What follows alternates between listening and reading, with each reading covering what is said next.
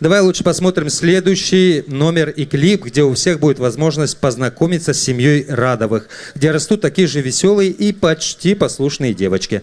Папа Ренат им все позволяет, а они, как водится, этим пользуются. Мы предлагаем вам вместе с Александрой Драгу спеть песню «Папа может».